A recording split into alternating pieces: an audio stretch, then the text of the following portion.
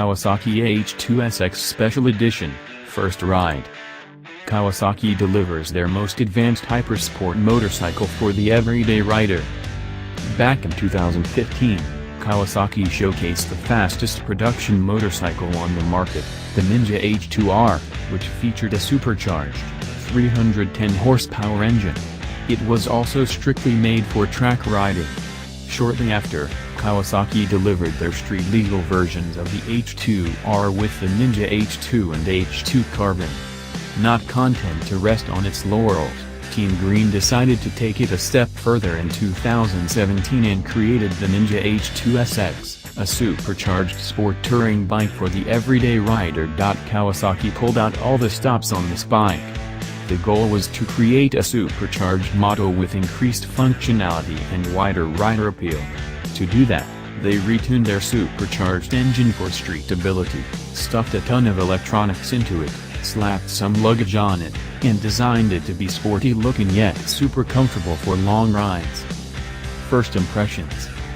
Kawasaki did a great job delivering on the looks department. The H2SX is a beautiful, fully faired bike that comes in a metallic carbon gray, metallic matte carbon gray standard with a special edition, SE, that comes in an emerald glazed green, metallic Diablo black. The pictures of the SE don't do it justice. The green is majestic, y'all. And green isn't a color I gravitate towards at all, but Kawai sure knows how to make this shade pop. The bike definitely looks sporty, but just by looking at it, you can tell that it doesn't have you crouched forward like you would be on a typical sport bike. The clip-ons are higher, there's a taller windscreen, and the bike has a more spacious passenger seat than you'd find on the typical sporty bike. That said, looking at the passenger seat, I don't think I would want to ride on it for more than a few hundred miles at a time. The front of the bike is really ride-looking, too. It has 3 lights where the headlamps reside and there are 2 LED tower lights on the side. The H2SX is also the first Kawasaki bike to have LED cornering lights. These light up based on lean angle and speed to provide better visibility on your trajectory path. This thing's loaded.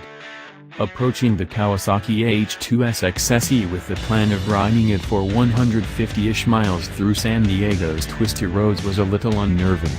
I haven't canyon carved on 2 wheels since November, and that wasn't even on a sport bike, it was actually on a Harley. I should clarify that my unsettled feeling came and went as I learned more about this bike. Before the ride, I and 4 other moto journalists got the scoop on the bike's electronics, and boy, is it loaded. Everything you can put on a bike to make it ride like a dream and as safe as possible is on there. The first thing to mention is the cruise control, a first for a Kawasaki sport bike. The other goodies worth mentioning on here are the Kawasaki Traction Control, KTRC, which has 3 modes, with modes 1 and 2 allowing a certain degree of slip. Kawasaki Launch Control Mode, KLCM, is also a great feature on this bike since it helps dampen wheel spin so you don't wheelie yourself off the bike and embarrass yourself in front of friends during a track day or race. The H2SX also comes with Kawasaki's Intelligent Anti-Lock Brake System, KIBS, which monitors caliper and brake pressure to ensure that ABS pulses are as smooth as possible. In my opinion, the coolest feature on this bike is the Kawasaki Corner Management Function, KCMF.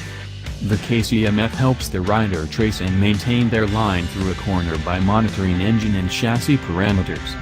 This system is enhanced by a Bosch EMU that allows added precision to the KTRC and KIB systems. In layman's terms, this bike can manage and correct itself better than I probably can. With all of this in mind, I hopped on the bike with a little bit more peace of mind than I had earlier on. Supercharged engine for everyday riding. Unfortunately, the forecast called for rain all day, so I set the KTRC to mode 2 and set the engine power to moderate, a setting which allows 70-ish% engine power for easier handling. After I let the bike idle for a few minutes, I took a few deep breaths and readjusted my brain to focus on the ride. When I finally cracked open the throttle, one word came to mind, FK. Then more thoughts flooded in like, holy crap, this thing is super powerful, yet thrilling and super smooth. As I mentioned earlier, The H2SX supercharged engine is tuned for the streets to provide better fuel economy and better low-to-mid-range torque. It's also optimized for the day-to-day street commute by delivering smoother throttle response at low gears. As the ride progressed, I started to slowly get more comfortable with the power. Folks, I got to tell you, this thing is no joke on power output, and I wasn't even riding it at 100%. I've ridden some powerful leader bikes in my life, and the H2SX takes the cake. It also wins on the smoothest bike I've ridden. The H2SX has a dog-ring transmission that uses MotoGP technology to produce better feel and allow for quicker shifts. Speaking of shifting, the H2SX does come with a quick shifter, but I didn't think of utilizing it since I don't normally quick shift when street riding. Designed to handle the streets. For a big bike, the Kawasaki H2SX actually quite svelte, and when you sit on it you just fit right on it like a puzzle piece. Additionally, it's not super tall. I was able to touch my feet on the ground and didn't have problems holding the bike up at stops.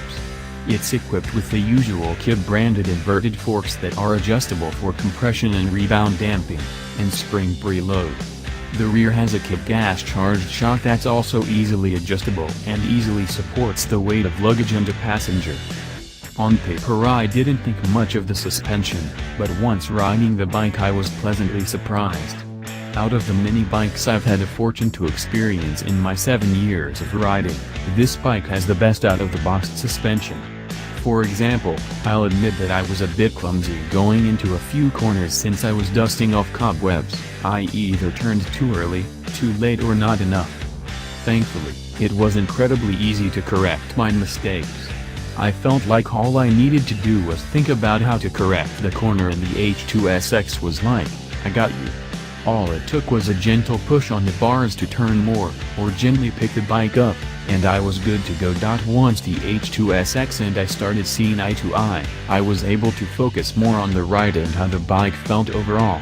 On top of excellent handling, the H2SX has a very comfy seat, great brakes, excellent Bridgestone-backed Hollex Hypersport S21 tires, and amazing wind protection thanks to the tall windscreen. Yup, I was starting to mesh with this bike. However, it's a lot of bike. For me at any rate.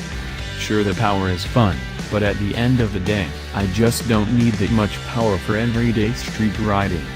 Fortunately for Kawasaki, I'm not their target consumer for the H2SX.